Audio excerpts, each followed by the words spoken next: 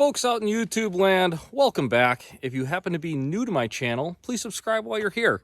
So, if you're not new, you remember I bought this ZX14 a couple weeks ago, and I got it kind of in a package deal with some other bikes for the shop, some vintage bikes. This one I actually bought for myself. I know, not something I normally ride. I'm not a sport bike guy anymore. I used to be. I used to be really big into sport bikes. I've had tons of CBRs, Gixxers. I rode coast to coast on a 2006 ZX6, one of my favorite bikes, the 636. I loved it. But I'm getting a little older, and the ZX14, I gotta tell you, is the adult sport bike. It's an awesome bike. You know, I'm gonna daily ride this thing for a little bit. I know, weird daily rider.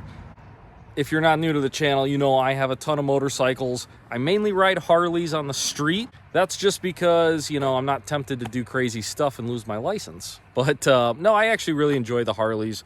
Cruisers are super fun bikes, especially I live in the redwoods in the mountains. We have tons of really great roads, and they're really great for sport bikes too, but we also have tons of cops on the weekends, and California's nuts, you know, they'll take all your money big time. So I don't normally do the sport bike thing anymore, but this one I just couldn't resist, and I gotta tell you, first impressions, I love it. It's not the most comfortable motorcycle in the world. It's still a sport bike. So compared to the Harleys and cruisers, of course, it's not nearly as comfortable, but compared to an R6, a Daytona 675R, this thing is a freaking Cadillac. And it has cruise control. Not that I've used that yet, but it does have cruise control. I've only put like 50 some miles on this thing so far. We just got it back together. If you go back a few videos, when we bought it, it was taken apart. The guy was doing a valve adjustment and some other things. He was an older guy, health issues. It sat, same old story. But let me show you a little closer look at this thing together. It came out great. I was a little bit nervous buying a motorcycle like this in pieces. It's a pretty advanced machine. We have a vintage motorcycle shop, so we don't have a lot of experience working on ZX14s, as in, I've never had one in my shop. I have ridden them. I've sold a ton of them back when I was a motorcycle salesman. But as far as owning one, never ever. I never thought I could even afford the insurance on one of these bikes, let alone the actual bike. And this one, I'm really stoked on because it's that beautiful Kawasaki green. And the paint on this bike pops big time. It is a beautiful machine.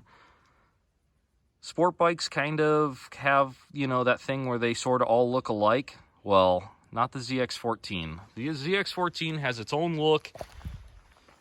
Another thing that I really enjoy about this bike is the symmetrical headlights, and also they're symmetrical when they're on low beam and high beam. I know, weird thing to be anal about. I think that it just looks better when the lights are symmetrical, especially when the thing's running. I can't believe how many cops I've actually had tell me, oh, you got a headlight out. It's like, no, I don't. One's a high beam, one's a low beam, but apparently they don't teach that in the old academy.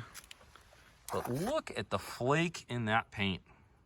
That's kind of hard to see. Sun's going down. But yeah, she's a beautiful machine. So first impressions of riding it, I love it. It's super fun. It has great torque, great power. It's very smooth. Little bit more heat, I would say, comes off of her than I'm used to. It is a sport bike that has fully fairings, and this one actually has a fan upgrade. Kawasaki didn't put dual fans on these, I think, till 2010 or 11. This one's a 2009, so the previous owner went ahead and did the fan upgrade. It has a full Yoshimiri exhaust system on it, but no tuner. It doesn't have a power command or anything like that, and it actually runs pretty good. Slight pop on D-cell, depending on, you know, you got to be really on it. Not that I would do that. But yeah, a little pop when you're, you know, coming down from 120 mile an hour third gear pull. She's a little crackle, nothing crazy.